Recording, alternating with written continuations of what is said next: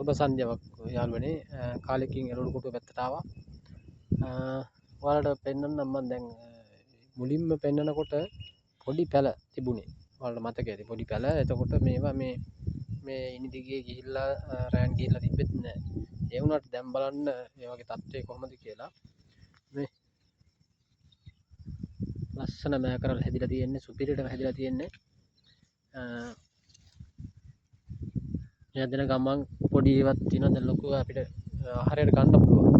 මම ඔයගොල්ලන්ට කිව්වා නිරෝගී දිවියක් වෙනුවෙන් තෙල් බෙහෙත් ගාපු එළවලු ගන්න එපා කඩෙන්. මේ සුපිරියටම හැදිලා තියෙන්නේ. දැන් තියෙන්නේ ආහාරයට ගන්න මේවා මේ මෑකරල් විතරක් නෙමෙයි කැකිරිත් තියෙනවා. නිරෝගී දිවියක් වෙනුවෙන් කඩෙන් ගන්න තෙල් බෙහෙත් ගහපු එළවලු පළතුරු කවදාවත් ගන්න එපා.